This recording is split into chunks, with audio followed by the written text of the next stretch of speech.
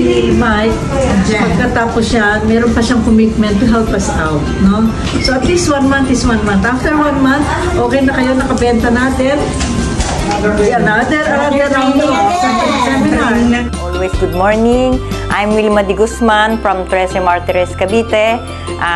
Katatapos lang namin ng training for Sir Mike Katapang, and then ang natutunan ko sa kanya is for hook and IDAS, and I know how to handle now my posting, boosting, and then I will create all of meta ads. Okay, thank you.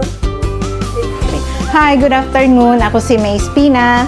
Kagagaling lang po namin ngayon kay Sir Mike. Nag-seminar kami. Ang natutunan ko sa kanya, una yung pag-boosting. Pangalawa yung para mas mapa-improve pa namin yung aming kaalaman sa pagbebenta.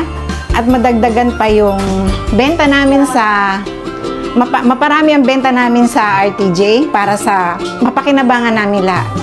At kung tutusin ko lang pa, dapat masundan pa uli para mas marami pa kaming malaman na ituturo ni Sir Mike sa amin. At doon ko natutunan din yung ChatGPT at yung tungkol sa AIDA, tungkol sa Canva, at marami po pong iba. At umaasa kami na sa susunod pa naming seminar, mas marami pa kaming matututunan kay Sir Mike.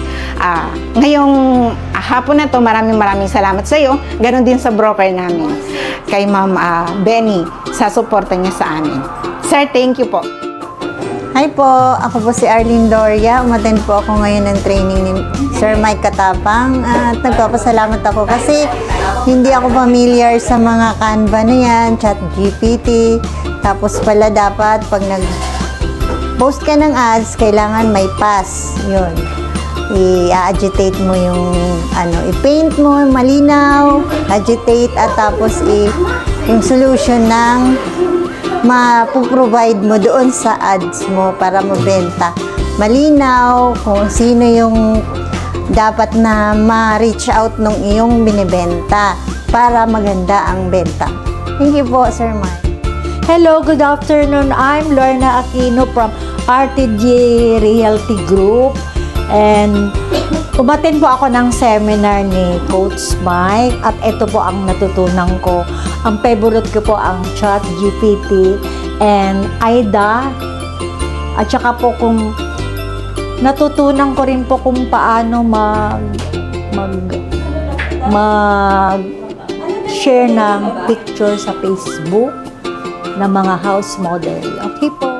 Hello po, my name is Maria Liliora Inuebas, just call me Dean, from RTG. Ang natutunan ko po sa araw na to ay yung paggawa ng Canva, business suit,